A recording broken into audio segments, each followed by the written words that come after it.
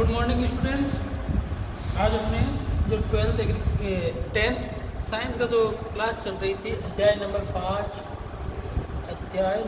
5 चल रहा था अपने दैनिक जीवन में रसायन। दैनिक जीवन में रसायन चल रहा था।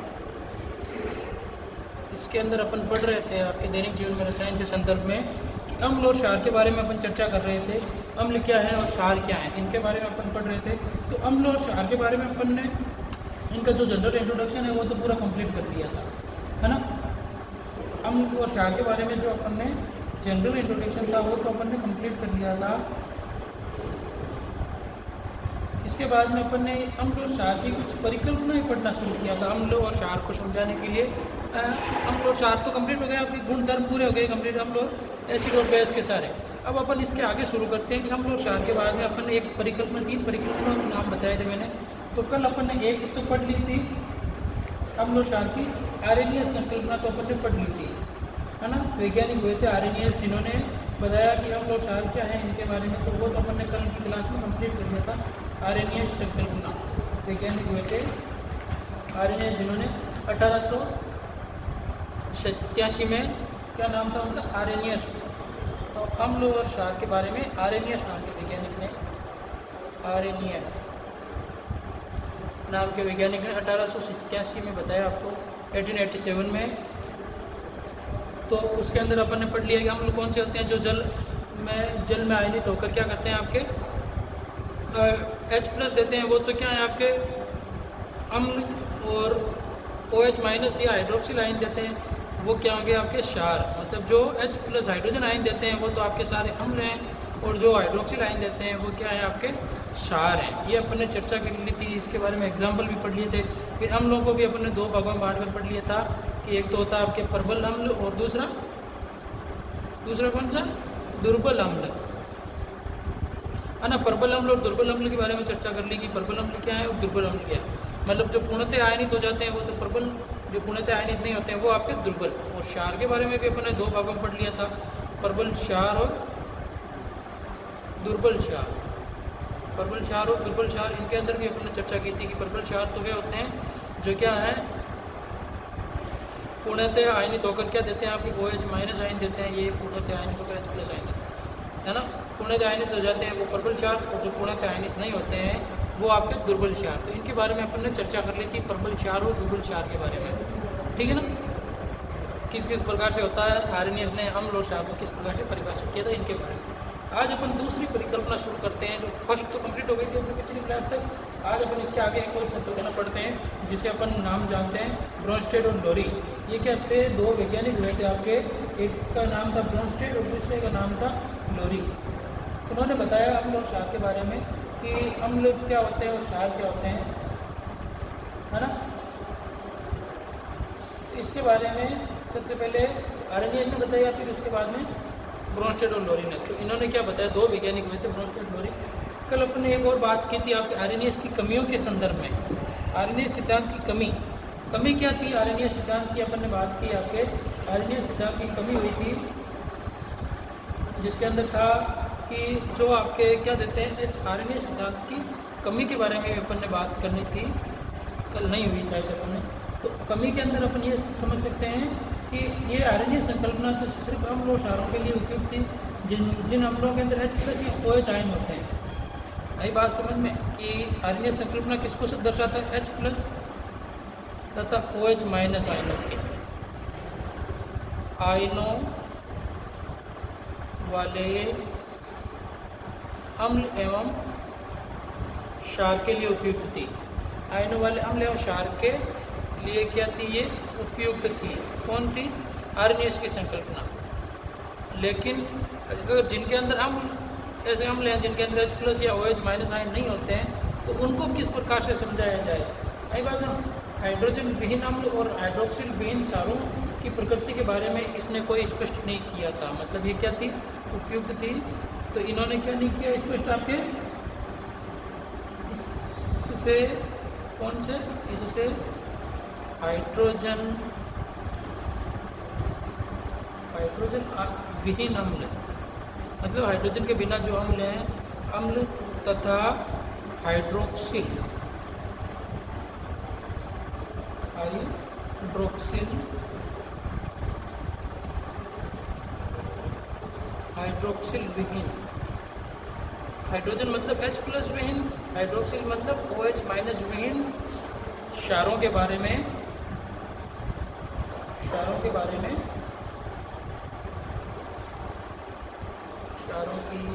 प्रकृति के बारे में कोई स्पष्टीकरण नहीं दिया। वही बात समझ में। तो अम्ल और क्षारों की जो प्रकृति है उनके बारे में, जिनके अंदर हाइड्रोजन विहीन अम्ल हैं और हाइड्रोक्सिल विहीन क्षार हैं, इनके बारे में इन्होंने कोई स्पष्टीकरण नहीं दिया था। किसने? आर्यनियस ने। तो ये एक इनकी मोस्ट ऑफ कमी रही थी, है ना, कि अगर अम्ल के अंदर H प्लस नहीं आए तो उसका कैसे पता लगाएंगे, और क्षार है उसके अंदर OH माइनस नहीं आए तो उनका कैसे पता लगाएंगे। ये इसके बारे में इन्होंने नहीं बताया था। तो इसके बारे में समझने के लिए अपन क्या करेंगे, कुछ और पढ़ने की करते हैं संकल्पना। इसको समझाने में आपके एक और वैज्ञानिक में थे ब्रोंस्टेड और लोरी। तो अब अगली हेडिंग लगाओ आप, अम्ल क्षार की ब्रोंस्टेड लोरी संकल्पना। मिटा दो। ये तो कमी क्या रही, हाइड्रोजन और हाइड्रोक्सिल विहीन अम्ल एवं क्षारों के बारे में नहीं बताया इन्होंने।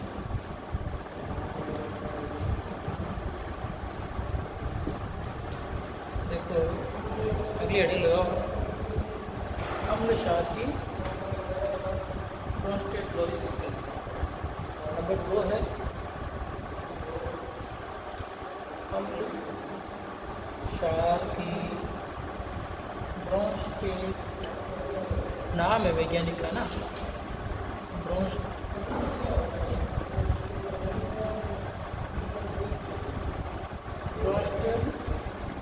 लोरी संकल्पना।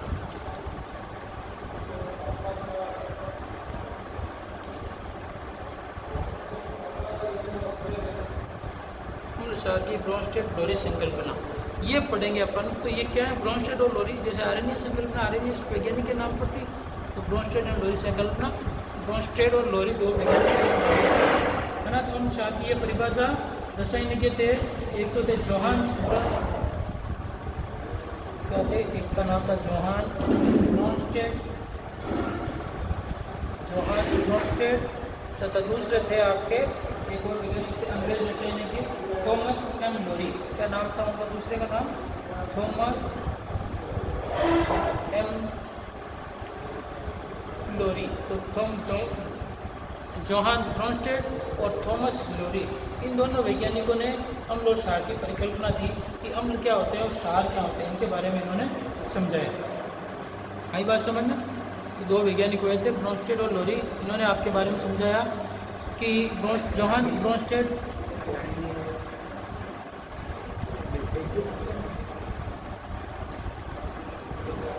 एवं लोरी की संकल्पना के बारे में, ब्रोंस्टेड एवं लोरी संकल्पना के बारे में बताने का कार्य किया था आपके दो वैज्ञानिक ब्रोंस्टेड और लोरी ने। इसके बारे में अपन पढ़ते हैं कि इन्होंने क्या बताया। तो इन्होंने परिभाषा दी अम्ल और क्षार की, तो वो आप लिख रहे हैं डार्क लाइन करके इसकी परिकल्पना कि ब्रोंस्टेड एवं लोरी के अनुसार अम्ल प्रोटॉन दाता, अम्ल प्रोटॉन दाता होते हैं, ये तथा क्षार प्रोटॉन, अम्ल प्रोटॉन दाता होते हैं और क्षार प्रोटॉन ग्राही होते हैं। वही बात सुन, क्षार प्रोटॉन ग्राही होते हैं, ये इन्होंने बताया। उन्होंने तो क्या बताया कि जो H प्लस देते हैं वो अम्ल है और OH देते हैं वो क्षार। इन्होंने सिर्फ एक बात एक लाइन में कहा कि अम्ल तो प्रोटॉन दाता होते हैं और क्षार प्रोटॉन ग्राही होते हैं। ये बात समझ में। तो अम्ल क्या होते हैं? प्रोटॉन दाता, और क्षार क्या है? प्रोटॉन ग्राही। अब प्रोटॉन तो आप जानते होंगे कि प्रोटॉन क्या होता है। प्रोटॉन क्या होते हैं पता है? जैसे अपन प्रोटॉन 9th क्लास में 10th क्लास में पढ़ा होगा आपने। जैसे ये कोई परमाणु है, आई बात समझ में। पहले अपन इस प्रोटॉन शब्द का मतलब समझ लेते हैं। प्रोटॉन क्या होता है? जैसे कोई ये परमाणु बनाया मैंने, तो परमाणु के अंदर कितने कण होते हैं आपके? 3 कण होते हैं। परमाणु के अंदर कितने कण होते हैं? 3।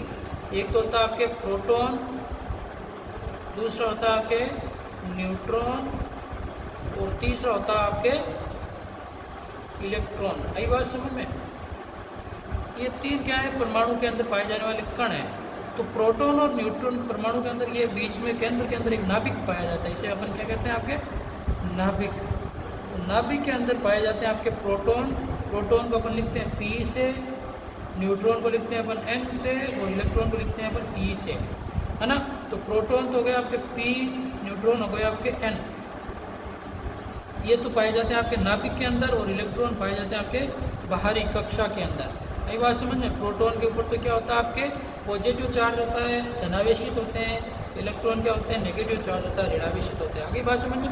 प्रोटॉन शब्द आपको नया नहीं लग रहा है, क्योंकि ये परमाणु के अंदर पाए जाने वाले। और प्रोटॉन की संख्या है जितनी होती है उतना ही परमाणु क्रमांक होता है। जैसे हाइड्रोजन 1 से लेकर 10 बताएं तो आपका हाइड्रोजन नंबर 1 है। हाइड्रोजन में परमाणु क्रमांक क्या है, हाइड्रोजन का 1 है। तो प्रोटॉन की संख्या भी 1 होती है। हीलियम के अंदर प्रोटॉन की संख्या परमाणु क्रमांक 2, तो प्रोटॉन की संख्या 2। लिथियम के अंदर प्रोटॉन की संख्या 3 और परमाणु क्रमांक भी 3। इस प्रकार से तो जितने परमाणु क्रमांक होते हैं उतने उसके अंदर प्रोटॉन होते हैं। आगे बात समझ में? जो प्रोटॉन का दान करते हैं वो तो है आपके अम्ल, और जो ग्रहण करते हैं वो है आपके क्षार। सिंपल सी परिभाषा ये ध्यान रखते हैं आप। आगे बात समझ में? जो प्रोटॉन का दान करते हैं वो तो अम्ल, और जो प्रोटॉन ग्रहण करते हैं वो क्षार। ये लाइन आप डिटेल में लिख लें।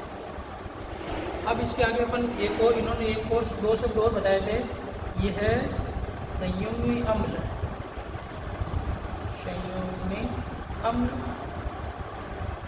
उन्होंने 2 शब्द और बताए थे। एक तो संयुग्मी अम्ल, दूसरा बताया इन्होंने संयुग्मी क्षार। संयुग्मी अम्ल और संयुग्मी क्षार की अवधारणा भी इन्होंने दी थी, है ना। संयुग्मी अम्ल और संयुग्मी क्षार की अवधारणा भी दी। अब ये संयुग्मी अम्ल और संयुग्मी क्षार क्या थी, अभी अपन बताऊंगा मैं आपको कि संयुग्मी अम्ल और संयुग्मी क्षार क्या होते हैं, इनके बारे में भी। आई बात समझ में? तो अपन संयुग्मी अम्ल और संयुग्मी क्षार के एक एग्जाम्पल जैसे अभिक्रिया, जैसे मैं लिख रहा हूँ आपके सामने HA। आई बात समझ में? HA लिख रहा हूँ, तो HA की अभिक्रिया अपन A की अभिक्रिया किससे करवाएं, B से करवाएं। आई बात समझ में? तो ये A क्या कर देगा, स्थानांतरित हो जाएगा। A से ये हाइड्रोजन है B के साथ में जुड़ जाएगा, तो A तो हो जाएगा यहाँ पे, और B हो जाएगा आप पे H और B। आई बात समझ में?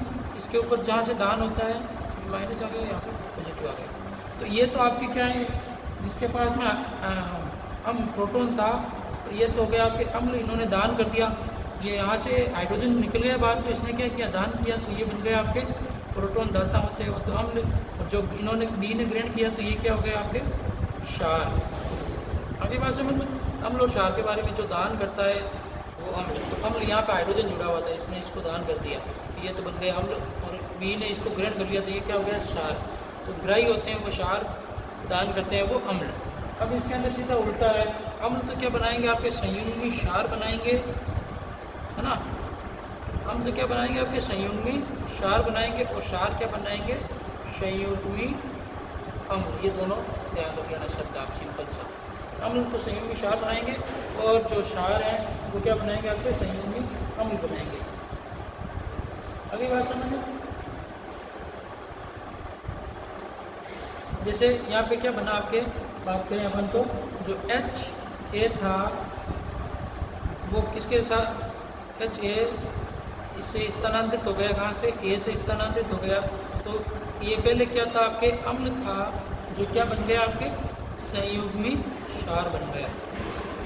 अगली बार से संयुग्मी क्षार बन गया। और जो आपके B था वो क्या था, क्षार था, जो आपके क्या बन गया आपके ग्रहण करके, ग्राही करके क्या बन गया आपके, ये पहले क्षार था जो क्या बन गया आपके संयुग्मी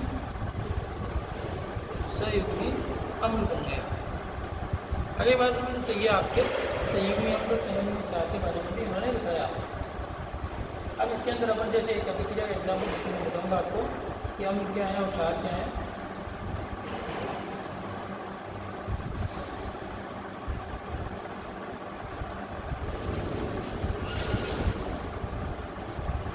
मिटा तो ये तो उतार दिया आपने। अब एक एग्जाम्पल लेते हैं अपन जल का, उसके अंदर संयुग्मी अम्ल और संयुग्मी क्षार के बारे में, और इसके अलावा अपन अम्ल और क्षार के बारे में अपन चर्चा करेंगे, है ना। ये 2 एग्जाम्पल नोट करते हैं अपन, जिसके अंदर अम्ल क्या है और क्षार क्या है उनके बारे में बात करते हैं। मिटा देंगे तो आपके समझ में आ गई कि जो दान करता है यहाँ पे ये इसने दान कर दिया हाइड्रोजन, तो ये आपके अम्ल हो गया, ये ग्रहण कर लिया इसने तो ये आपके क्षार हो गया। और जो अम्ल को ग्रहण करते हैं वो संयुग्मी क्षार, जो क्षार को ग्रहण करते हैं वो ये अम्ल को ग्रहण करते हैं वो संयुग्मी अम्ल बन जाते हैं। देखो इसका एग्जाम्पल चर्चा करते हैं।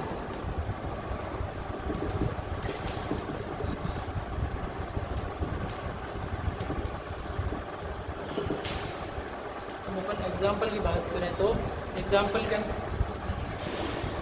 एग्जाम्पल जैसे अपन होता है एग्जाम्पल लेते हैं अपने जल का H2O का, है ना। उदाहरण के लिए अपन जल की अभिक्रिया देखते हैं तो देखो जैसे मैंने अभिक्रिया करवाई जल की अभिक्रिया अमोनिया के साथ में, जल का सूत्र क्या होता है आपके H2, अभिक्रिया करवाई मैंने अमोनिया के साथ में NH3 के साथ में।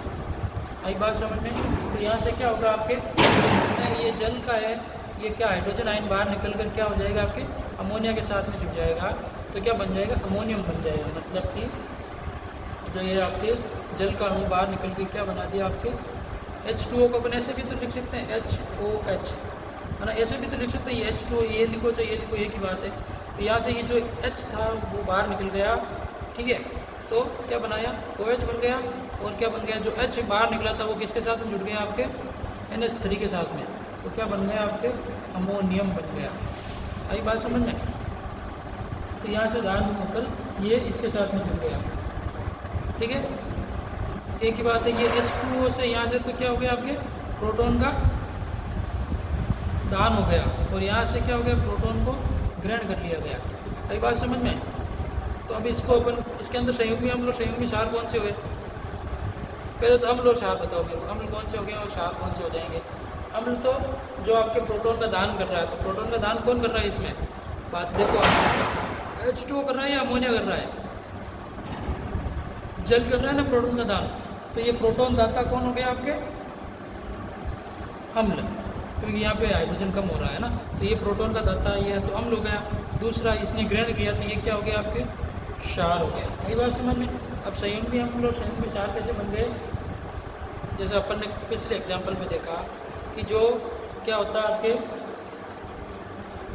ग्रहण करता है या फिर जो दान करता है वो तो आपके ये संयुग्मी क्या बन गया आपके क्षार बन जाएगा, और जो ग्रहण करता है वो संयुग्मी अम्ल बन गया। कि अम्ल को ग्रहण किया इसने तो संयुग्मी अम्ल, और क्षार को इसने दान किया तो ये क्षार, तो ये आपके OH तो बन जाएगा आपके संयुग्मी क्षार बन जाएगा OH, और NH4 क्या बन गया आपके संयुग्मी अम्ल बन गया। आगे बात समझ संयुग्मी अम्ल और संयुग्मी क्षार के बारे में अपन चर्चा कर रहे हैं कि संयुग्मी अम्ल और संयुग्मी क्षार कैसे बनाए। तो उत्तर अभिक्रिया में क्या हो गया H2O प्रोटॉन दाता है, तो ये तो आपके क्या हो गया, ये H2O क्या है प्रोटॉन दाता, तो ये अम्ल हो गया, और ये क्या है प्रोटॉन ग्राही, प्रोटॉन दाता और प्रोटॉन ग्राही है। तो इस प्रकार से ये आपके अम्ल और क्षार के अंदर अम्ल तो प्रोटॉन दाता, ग्राही प्रोटॉन ग्राही क्षार, तो NH3 तो प्रोटॉन ग्राही हो गया और NH4 क्या हो गया आपके प्रोटॉन दाता हो गया। तो इसके अंदर अपन ने बात कर सकते हैं कि OH माइनस आयन तो क्या हो गया संयुग्मी क्षार और संयुग्मी अम्ल हो गया ना, ये संयुग्मी क्षार ये आपके संयुग्मी अम्ल। इसको अपन ने जैसे पहले समझा था वैसे भी समझ सकते हैं कि जैसे H2O से क्या बना आपके OH बना, है ना, तो क्या बन गया आपके अम्ल से क्या बन गया संयुग्मी, लिख लो ये भी साथ में नीचे, संयुग्मी अम्ल से क्या बन गया संयुग्मी क्षार बन गया, ठीक है। और मैं बात करूँ NH3 से क्या बना आपके अमोनियम आयन बना, प्लस तो ये क्या बन गया आपके अम्ल से आपके ये क्षार बन गया, और क्षार से संयुग्मी अम्ल बन गया। आगे बात समझ में। तो इस प्रकार से भी अपन समझ सकते हैं कि अम्ल और क्षार को, ये अम्ल प्रोटॉन दाता, ये प्रोटॉन ग्राही, इसने दान किया है और इसने ग्रहण किया है। एक एग्जाम्पल और बताऊंगा अभी आपको, जिससे आपको और क्लियरिफिकेशन हो जाएगा, ठीक है ना। ये आपके एग्जाम्पल समझ में आया होगा संयुग्मी अम्ल और संयुग्मी क्षार के बारे में। जो प्रोटॉन दाता है ये प्रोटॉन का दान कर रहा है, ये अम्ल, ये प्रोटॉन ग्राही है, ये प्रोटॉन ग्राही है, तो ये क्षार है। मिटा दो, एक एग्जांपल और करते हैं अपन, तो आपको एकदम क्लियर हो जाएगा।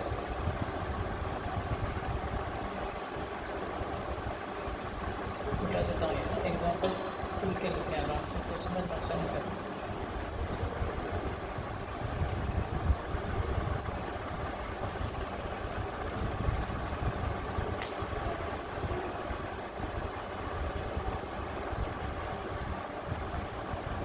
एक एग्जांपल को देखते हैं अपन, जैसे HCl की अभिक्रिया अपन जल से देखते हैं।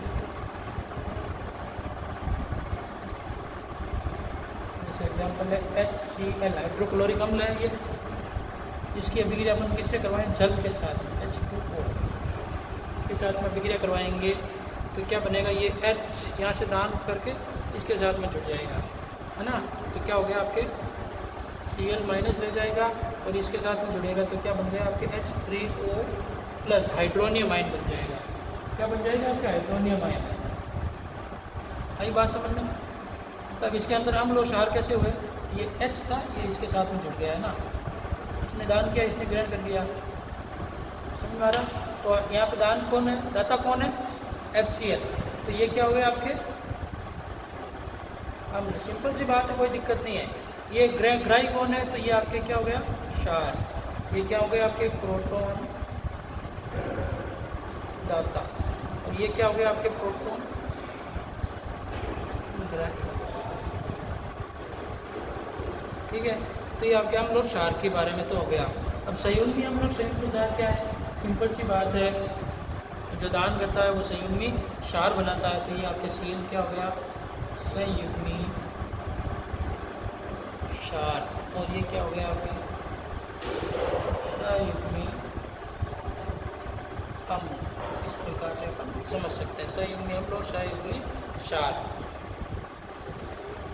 ये प्रोटॉन रहता है, ये प्रोटॉन ग्राही, ये Cl क्षार और ये आपके अम्ल। ठीक है, संयुग्मी अम्ल और संयुग्मी क्षार।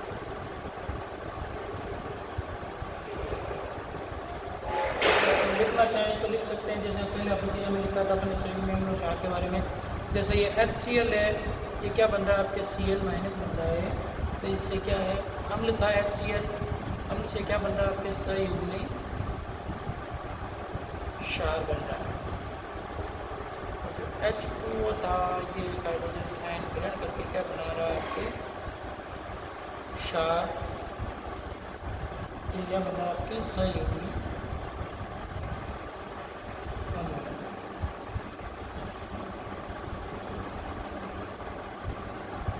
तो इस प्रकार से अपन संयुग्मी अम्ल और संयुग्मी क्षार को समझ सकते हैं। आगे बात समझने सिंपल सी परिकल्पना है। ब्रोंस्टेड एवं लोरी ने क्या बताया कि जो अम्ल का दान करते हैं, मतलब जो प्रोटॉन का दान करते हैं, वो तो क्या हो गए? आपके अम्ल, प्रोटॉन दाता अम्ल और प्रोटॉन ग्राही क्षार। सिंपल सी परिकल्पना समझ में आ गई आपके? ठीक है ना। क्या बताया इन्होंने कि जो प्रोटॉन दान करते हैं वो तो आपके अम्ल और जो प्रोटॉन ग्रहण करते हैं वो क्षार। तो दो एग्जाम्पल के द्वारा अपन ने समझ लिया कि अम्ल क्या होते हैं और क्षार क्या होते हैं। अब इसके अलावा इसकी एक ब्रोंस्टेड लोरी की कुछ कमियाँ रही है, इनकी भी कुछ कमियाँ हैं, इनको भी अपन इनको दूर करने के लिए एक और परिकल्पना पढ़ेंगे। तो इनकी कमियों के अंदर अपन लिख सकते हैं, तो अपन मिटा दो। ये तो आपके एग्जाम्पल तो समझ में आ गया होगा। अब ये तो क्या है, इन्होंने अम्ल और क्षार तो बता दिया। अब अपन लिख सकते हैं, हेडिंग लगा के लिखें, अम्ल क्षार की ब्रोंस्टेड लोरी सिद्धांत का दोष या कमी, है ना। ब्रोंस्टेड लोरी संकल्पना, ब्रोंस्टेड लोरी संकल्पना की कमी लिख सकते हैं, या फिर अपन दोष लिख सकते हैं, या फिर सीमा लिख सकते हैं, कुछ भी लिख सकते हैं ना। तो इनकी कमी क्या रही कि ये आपके ये सिद्धांत देखो, इसके अंदर ये है सिद्धांत अप्रोटिक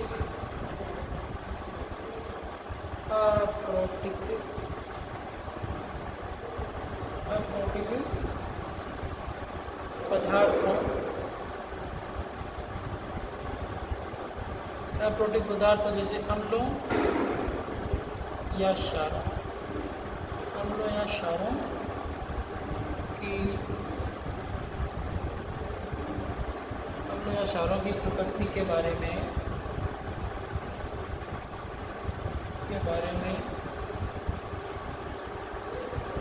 कोई स्पष्टीकरण, क्षारों के बारे में कोई स्पष्टीकरण नहीं दिया जा सकता। तो ये सिद्धांत अप्रोटिक पदार्थों जैसे अम्ल एवं क्षारों की प्रकृति के बारे में कोई स्पष्टीकरण नहीं दिया था।